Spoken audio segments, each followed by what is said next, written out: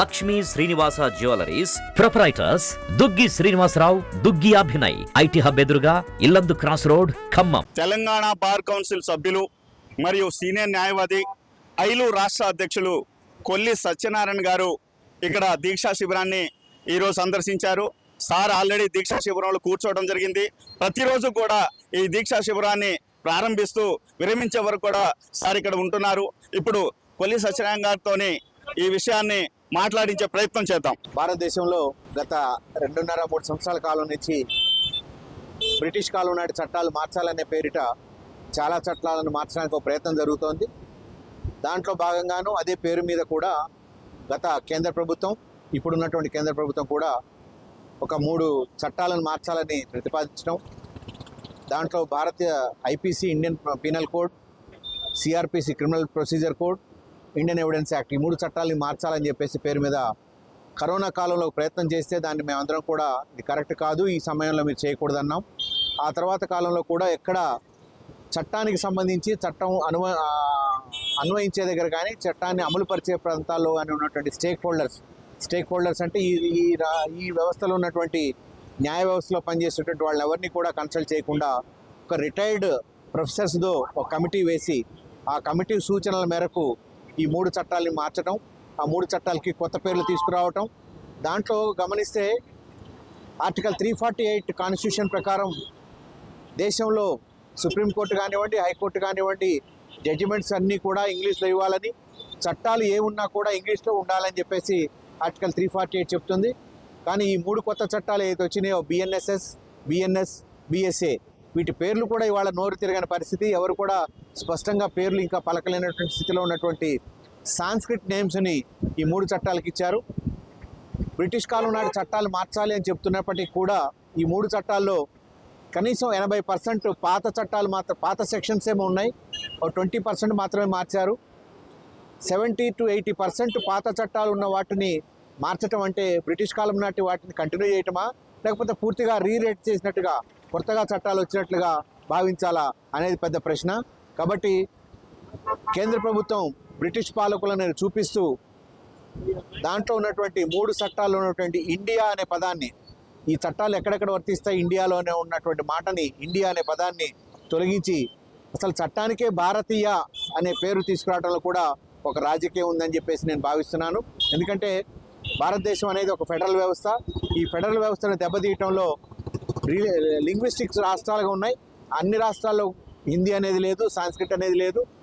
29 రాష్ట్రాల్లో 9 రాష్ట్రాల్లో మాత్రమే హిందీ మాట్లాడతారు. 20 రాష్ట్రాల్లో వివిధ భాషలు ఉన్నాయి. ఫెడరల్ రాజ్యాంగంలో ఉన్నటువంటి స్పిరిట్ని కాదని ఈ రకమైనటువంటి సాంస్క్రిట్ నేమ్ ఇవ్వటం కరెక్ట్ కాదని భావిస్తున్నాం. అదే పద్ధతిలో గమనిస్తే ఈ 3 చట్టాల్లో కూడా కొత్తగా వచ్చిన వాటిలో కోర్టు జ్యూరిస్డిక్షన్స్ కూడా మారిపోతున్నాయి. క్రిమినల్ కేసెస్ నిర్వహణలో కూడా గతంలో ఉన్నటువంటి జేఎఫ్సిఎం కోర్ట్స్, అసిస్టెంట్ సెషన్స్ కోర్ట్స్, అదేవిధంగా సెషన్స్ కోర్టు, డ్యూటీలోంచి వాళ్ళ అసిస్టెంట్ సెషన్స్ కోర్టు అనే దాన్ని తీసివేశారు. దానికి సంబంధించినటువంటి పనిష్మెంట్ ఏదైతే ఉన్నదో 3 సంవత్సరాల నుంచి 10 సంవత్సరాల వరకు గతంలో పనిష్మెంట్ ఉన్న వాటిని అసిస్టెంట్ సెషన్స్ కోర్టులో చేసేవాళ్ళు. 1 నుంచి 3 సంవత్సరాల పనిష్మెంట్ ఉన్నాయి జేఎఫ్సిఎం కోర్టులో చేసేవాళ్ళు. అటువంటిది ఇప్పుడు 1 రోజు కాలం నుంచి సంవత్సర కాలం నుంచి 10 సంవత్సరాల వరకు పనిష్మెంట్ వేయదగ్గ కేసులన్నీ కూడా జేసీజే కోర్టు అంటే junior judicial first class magistrate court వాళ్ళు నిర్వహించాలని చెప్పేసి ఈ చట్టంలో చెప్తున్నారు. ఇది చాలా భయంకరమైనటువంటి మార్పుగా భావిస్తున్నాం. ఎందుకంటే మ్యాజిస్ట్రేట్ కోర్టు జ్యూరిస్డిక్షన్ 10 సంవత్సరాలు పెంచడం అనేది సాధారణ విషయం కాదు. ఒక రకంగా చెప్పాలంటే అనుభవం లేని జూనియర్ న్యాయమూర్తులని ఇంత పెద్ద కేసులను పనిష్మెంట్ ఇవ్వడానికి ఆథరైజ్ చేయటం అంత సమంజసం కాదని భావిస్తున్నాం. అదే పద్ధతిలో మీరు గమనిస్తే ఇండియన్ పీనల్ కోడ్లో గతంలో మనం చూస్తే సెక్షన్ 124A అనేది ఒకటి రాజద్రోహం కింద ఉండేది. దాన్ని సెడిషన్ అనేవాళ్ళు. వివిధ రాష్ట్రాల హైకోర్టులు కానివ్వండి, సుప్రీంకోర్టు కానివ్వండి, కనీసం గత చాలా సంవత్సరాల నుంచి ఒక 4000 కేసులు ఈ రాజద్రోహం కింద పెట్టిన వాటిని కొట్టివేస్తూ ఫైనల్గా 2022లో జరిగినటువంటి సుప్రీంకోర్టులో ప్రశాంత్ భూషణ్ అనే సీనియర్ న్యాయవాది మీద ఈ రాజద్రోహం కేసు పెట్టినప్పుడు సుప్రీంకోర్టు ఈ రాజద్రోహం కేసు అనేది గత పాలకుల రోజుల్లో ఉండేది కాబట్టి ఈ ప్రజాస్వామ్య దేశంలో రాజద్రోహం అనేది ఉండదు అని చెప్పేసి ఒక ఫైండింగ్ ఇచ్చినప్పుడు ఆ రాజద్రోహం కేసును తీసేస్తాము, ఐపీసీ నుంచి సెక్షన్ 124A రిపీల్ చేస్తామని చెప్పేసి కేంద్ర ప్రభుత్వం ఆ రోజు సుప్రీంకోర్టుకి అండర్టేకింగ్ ఇచ్చింది. కానీ ఈ కొత్త చట్టంలో 124A ఏదైతే ఉన్నదో సెడిషన్ యాక్ట్ కంటే కూడా భయంకరమైనటువంటి సెక్షన్ దీంట్లో 152 బిఎన్ఎస్ యాక్ట్లో తీసుకొచ్చారు. దీని ప్రకారం రాజద్రోహం పేరుని దేశద్రోహం కింద మారుస్తూ దీని విస్తృత రూపం కల్పించారు. చట్టానికి విస్తృత రూపం కల్పించి ఏ రకమైనటువంటి యాక్ట్ అయినా సరే దేశానికి వ్యతిరేకమనే పేరు మీద లేకపోతే రాజ్యాంగానికి వ్యతిరేకం అనే పేరు మీద ఎవరినైనా సరే ప్రజాస్వామ్యంలో ప్రశ్నించే హక్కు అనేది లేకుండా చేయటంలో ఇవాళ 152A బిఎన్ఎస్ యాక్ట్ని ముందుకు తీసుకొచ్చారు. దీంట్లో కనుక మనం గమనిస్తే మిగతావన్నీ ఒక పక్కన ఉంచినా కూడా ప్రభుత్వాల పట్ల ధిక్కార చూపుతో కూడా ఎవరైనా ధిక్కార చూపుతో ప్రశ్నిస్తే కూడా వాళ్ళ మీద 7 సంవత్సరాల శిక్షణ వేసేదానికి అవకాశం కల్పిస్తున్నటువంటి సెక్షన్ ఇది 152A అనేది. అంటే ప్రజాస్వామ్యయుతంగా ఎవరు ప్రజాస్వామ్య హక్కులను కాపాడుకోవటం కోసం ఉద్యమాలు చేయకుండా ఉండాలనే పేరు మీద ఈ రకమైనటువంటి మార్పులు తీసుకొచ్చారు. దాంతోపాటు మీరు గమనిస్తే ఐపీసీలో కూడా ఇంతకుముందు 153AA అనే ఒక సెక్షన్ ఉండేది. దాని ప్రకారం ఎవరు కూడా మారణాయుధాలతో బహిరంగ ప్రదేశాల్లో కానివ్వండి మిగతా చోట్ల కానీ ప్రదర్శనలు కానీ కవాతులు కానీ చేయడానికి అవకాశం లేని పరిస్థితి అటువంటి సెక్షన్ ఉండేది. ఈ కొత్త సెక్షన్లో 153AA తీసివేశారు. ఎందుకోసం తీయాల్సి వచ్చింది? భారతదేశంలో ఇప్పుడు చూస్తున్నాం మనం చాలా రకరకాల మత కుల ప్రాంతీయ ఉద్యమాలు చాలా ముందుకు వెళ్తున్నాయి. అట్లాగే మత కుల ఉన్మాదులు కూడా మిగతా వాళ్ళ మీద దాడి చేసేటువంటి పరిస్థితి మనం చూస్తున్నాం. చాలా చోట్ల గుంపుగా జనం మతాల పట్ల కానివ్వండి కులాల పట్ల కానివ్వండి గుంపుగా ఏర్పడి చాలామందిని చంపేస్తున్నటువంటి అటాక్ చేసినటువంటి సందర్భాలు చూసాం. వాటిని కూడా ఇవాళ 153A అనే దాన్ని రిమూవ్ చేయడం అనేది చాలా దారుణం. దీనికి అనుకూలంగానే సిఆర్పిసి పాత సిఆర్పిసిలో సెక్షన్ 144A అనేది కూడా ఒకటి ఉండేది. దాని ప్రకారం పబ్లిక్ ప్లేసెస్లో ఎక్కడ కూడా ఆయుధాలు పట్టుకుని ప్రదర్శనలు చేయడానికి అవకాశం లేకుండా ఉద్యమాలు జరిగేటప్పుడు కూడా రెవెన్యూ అఫీషియల్స్ అంటే ఎంఆర్ఓ గారు లేకపోతే తహసీల్దార్ అనేవాళ్ళు ఇటువంటి ప్రదర్శనలను అడ్డుకోవటానికి ప్రొక్లమేషన్ ఇచ్చేవారు. ఇప్పుడు ఆ 144Aని కూడా సిఆర్పిసి నుంచి తీసివేశారు. అంటే ఒక భయానకమైనటువంటి వాతావరణాన్ని సమాజంలో వ్యవస్థలో కల్పించడం కోసం ఈ 2 చట్టాలని ఈ 2 సెక్షన్స్ని రద్దు చేశారని చెప్పేసి మేము భావిస్తున్నాం. దీంతోపాటు ఇవాళ మనం చూస్తే ఎఫ్ఐఆర్ గతంలో ఉన్నటువంటి ఐపీసీ కానివ్వండి సిఆర్పిసి కానివ్వండి ఒక నేరం జరిగినప్పుడు విక్టిమ్ ఎవరైతే ఉంటారో వాళ్ళు ఇచ్చేటువంటి కంప్లైంట్ని పోలీసు వాళ్ళు తీసుకున్న తర్వాత ఎఫ్ఐఆర్ ఇష్యూ చేయాల్సిన బాధ్యత వాళ్ళ మీద ఉన్నది. లేదంటే ఆ కంప్లైంట్ తీసుకున్నట్టుగా ఒక రసీదు అన్నా సరే విక్టిమ్కి ఇవ్వాల్సినటువంటి పరిస్థితి ఉన్నది. సుమారుగా 75-80% కేసుల్లో అటువంటివి జరుగుతున్నాయి. మిగతా 20-25% కేసుల్లో పోలీసు వాళ్ళు ఎఫ్ఐఆర్ ఇవ్వటం లేదు, చేయటం లేదు, రసీదులు ఇవ్వటం లేదు. అటువంటి సందర్భాల్లో విక్టిమ్స్ అందరూ కూడా కోర్టులకు వచ్చి ప్రైవేట్ కంప్లైంట్ వేసుకునేటువంటి పరిస్థితి గతంలో ఉండేది. ఇవాళ వచ్చినటువంటి కొత్త చట్టంలో ఎఫ్ఐఆర్ ఇష్యూ చేయాలంటే కూడా కంప్లైంట్ ఇచ్చిన దగ్గర నుంచి 3 నుంచి 7 సంవత్సరాలు పనిష్మెంట్ ఉన్నటువంటి గ్రేవ్ అఫెన్సెస్ కేసు అయితే ఉంటాయో వాటిల్లో 14 రోజుల వరకు ఎఫ్ఐఆర్ ఇష్యూ చేయకుండా ఇన్వెస్టిగేటింగ్ ఆఫీసర్ ఎవరైతే ఉంటారో ప్రాథమిక దర్యాప్తు అనే పేరిట 14 రోజులు ఈ కేసులు నిర్వహించడం, దాంట్లో వచ్చినటువంటి రిపోర్ట్స్ అయితే ఉంటాయో వాటిని ఆయన గారు కనుక కొంత సాటిస్ఫై అయితే DySP deputy superintendent of police permission తీసుకుని ఎఫ్ఐఆర్ రిజిస్టర్ చేయాలనేటువంటి నిబంధన దీంట్లో కొత్తగా తీసుకొచ్చారు. దీనివల్ల విక్టిమ్స్ ఎవరైతే ఉంటారో ఇవాళ మనం చూస్తున్నాం అటెంప్ట్ మర్డర్ కేసు కానివ్వండి, అబెట్మెంట్ ఆఫ్ సూసైడ్ కానివ్వండి, యాసిడ్ అటాక్స్ కానివ్వండి, మహిళల మీద చిన్నపిల్లల మీద జరిగేటువంటి అఫెన్సెస్ అయితే ఉన్నాయో ఇవన్నీ కూడా 3 నుంచి 7 సంవత్సరాల శిక్షాకాలం ఉన్నటువంటి కేసులు. వాటన్నిటికి కూడా ఇవాళ ఎఫ్ఐఆర్ కూడా నమోదు కానటువంటి దుస్థితికి వెళ్ళిపోయినప్పుడు విక్టిమ్స్కి ఏ రకమైనటువంటి న్యాయం జరుగుతుందో మనందరం గమనించవచ్చు. అదే పద్ధతిలో ఈ 14 రోజుల వ్యవధిలో అమాయకులైనటువంటి వాళ్ళను కూడా కేసులో ఇరికించడానికి అవకాశం ఉంటుంది.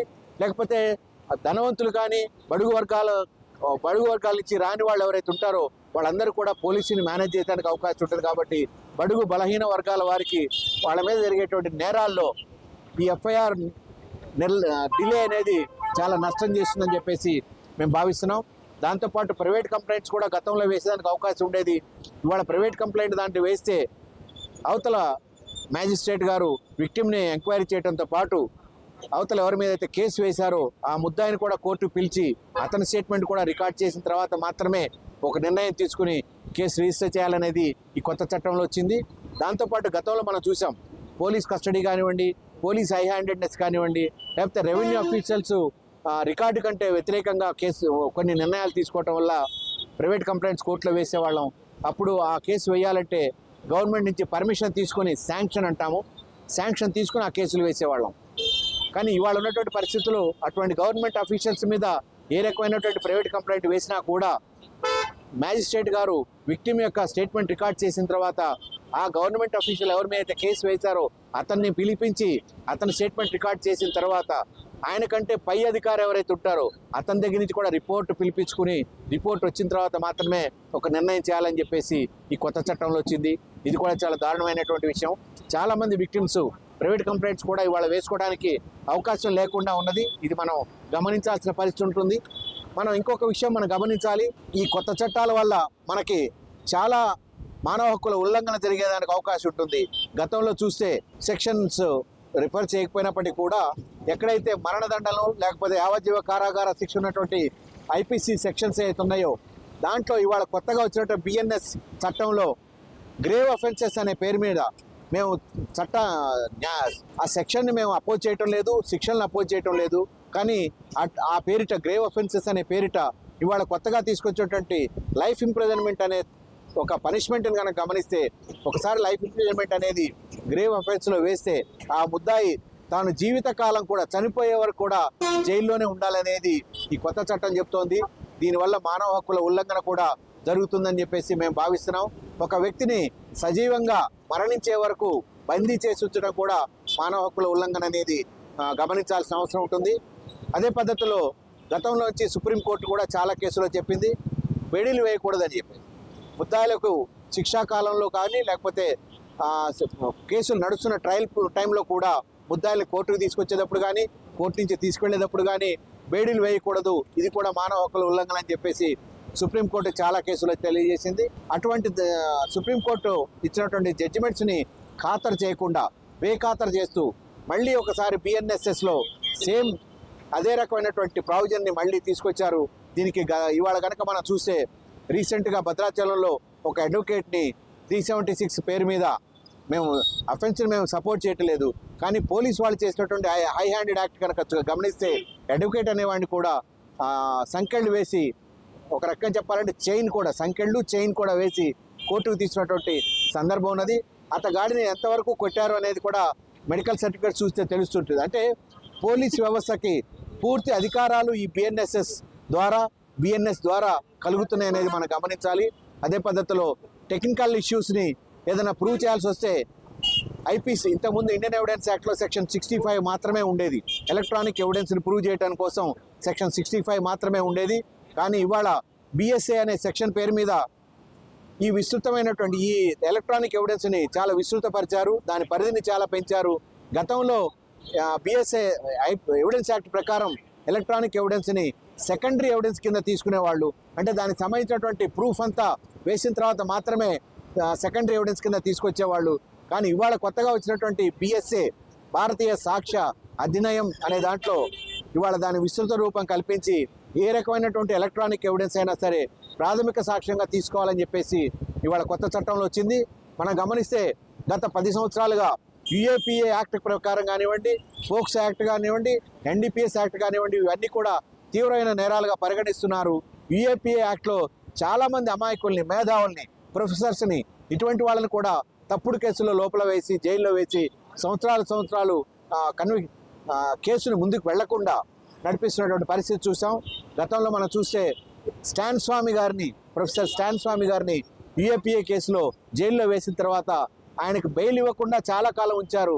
తర్వాత ఇన్వెస్టిగేటింగ్ చేసినటువంటి ఎన్ఐఏ ఇన్వెస్టిగేటింగ్ ఏజెన్సీ కూడా ఏదైతే వాళ్ళ దగ్గర నుంచి ఏదైతే కంప్యూటర్స్ని సీజ్ చేశారో ఆ మేధావుల దగ్గర నుంచి సీజ్ చేసినటువంటి కంప్యూటర్స్లో విదేశాల్లో టెర్రరిస్టు లిటరేచర్ని అక్కడ పొందుపరిచారు, అంటే మ్యానిపులేట్ చేశారు, కంప్యూటర్స్ని మ్యానిపులేట్ చేశారు. వాళ్ళ కంప్యూటర్స్ని ఎవిడెన్స్ కలెక్ట్ చేసిన తర్వాత స్టాన్ స్వామి గారికి బెయిల్ ఏదైతే గ్రాంట్ అయిందో బాంబే కోర్టులో, అదే రోజు ఆయన గారు జైల్లో చనిపోవడం జరిగింది. ఇటువంటి దారుణమైనటువంటి సంఘటనలు భవిష్యత్తులో చాలా జరిగేదానికి అవకాశం. ఎలక్ట్రానిక్ ఎవిడెన్స్ని పోలీసు వాళ్ళు మిస్యూజ్ చేసేదానికి కూడా అవకాశం ఉంటుంది. కాబట్టి వీటన్నిటిని కూడా వ్యతిరేకిస్తూ చాలా పెద్ద ఎత్తున మార్పులు తీసుకొస్తున్నాం అనే పేరిట మానవ హక్కుల ఉల్లంఘన, అదేవిధంగా బడుగు బలహీన వర్గాల వాళ్ళందరూ కూడా ఎక్కువ భాగం ఇవాళ కోర్టులకు వచ్చేటువంటి పరిస్థితి, వాళ్ళందరినీ జైల్లో నింపటం కోసం మాత్రమే ఇటువంటి మార్పులు వచ్చాయని చెప్పేసి భావిస్తూ ఈ వచ్చినటువంటి కొత్త చట్టాలు ఏవైతే ఉన్నాయో ఇవన్నీ కూడా కార్పొరేట్లకు అనుకూలంగాను పేదవాళ్ళకు వ్యతిరేకంగాను ఉన్నాయని చెప్పేసి మనం భావిస్తున్నాం. ఈ విషయాలన్నింటినీ కూడా మనం గమనించాలి. కాకపోతే ఒకటి రెండు మంచి విషయాలు కూడా దీంట్లో ఉన్నాయి. గతంలో సుప్రీంకోర్టు కానివ్వండి, హైకోర్టు కానివ్వండి, నేరం జరిగినప్పుడు ఎక్కడైనా కంప్లైంట్ ఇవ్వదలుచుకుంటే నేరం జరిగిన ప్రదేశంలోనే కాకుండా ఎక్కడి నుంచైనా సరే ఆ కంప్లైంట్ ఇవ్వచ్చు అనేది, ఒక 0 FIR అనేది ఇష్యూ చేయవచ్చు అని కోర్ట్స్ చెప్పినాయి. కానీ ఈ కొత్త చట్టంలో BNSSలో అటువంటి దాన్ని ఒక సెక్షన్ కింద ఇన్కార్పొరేట్ చేశారు కాబట్టి అది మంచిదని చెప్పేసి మేము భావిస్తున్నాం.